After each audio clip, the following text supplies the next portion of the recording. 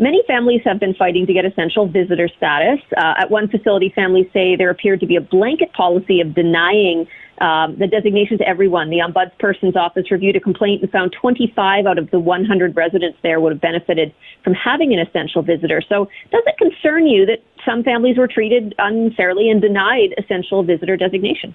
Yeah, it does absolutely concern me, and that is one of the reasons, working with the advice of the Ombudsperson's office, Mr. Chalk, we put in place a single provincial order and a single provincial guideline. And it is troubling to me when I hear those stories. There is a process that is outlined in those guidelines of where to go if you feel you've been inappropriately denied that essential visitor status. So that is important for people to know. It's on the website. It's linked to it on my website, the PHO website, with the order. And there is an appeals process. You can as well, if you feel there's an issue like this, go to the Ombudsperson. His office has a role to play as well, as does my office. But your first step is to go directly to the administrator of the facility that you're working in, and there is a time-sensitive process that they must follow. I will say we have over 500 long-term care homes and additional assisted living facilities in this province, and so I cannot know what's happening in every single one of them, but our guidance is designed to be consistent and to err on the side of providing an essential visitor for everyone who asks for it. I'm hoping you can outline as clearly as possible the plan to resume visits to long-term care homes now. You mentioned, I think Minister Dix mentioned more info in the coming weeks. We know most residents have been given the second dose, but some haven't. Can you explain how you'll be making decisions around easing long-term care home restrictions, the logistics of how and when, what you'll be basing it on, and will your schedule differ now given the 4-month interval versus before, and if so, how? And an answer in French would be great. Thanks.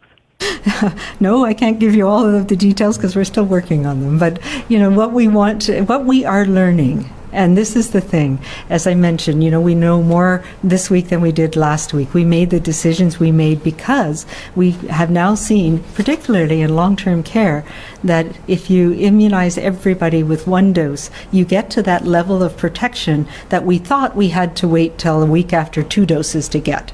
So what that means is you don't need that second dose before we can increase interactions in long-term care homes, that the residents themselves are protected enough from that single dose that we know we can use the second dose to protect others in the community now and provide a second dose when we have a better understanding of what the best interval is.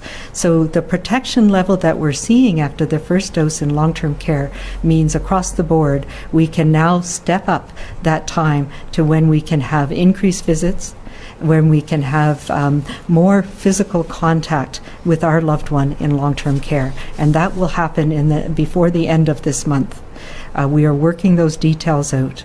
We still need to be cautious because in our community there is still virus being spread, and we know social visits are incredibly important for people in long-term care, and we can increase the access to social visits, but that needs to be done with appropriate PPE still, because we know that the protection was never perfect, but we also want to make sure that we're not introducing it into the environment where somebody who may not have had as good a response or may not have been able to be immunized can then be exposed, and visitors themselves can be exposed. So it won't be back yet to what we used to have prior to the pandemic, where people could come and go freely, but it will be much more than what we had over the last few months, and that there's more freedom for those who are protected themselves, so the residents, to be able to safely go out to medical appointments, to safely go have a visit with their families and come back and know that they're not going to be at risk for their whole community in care home.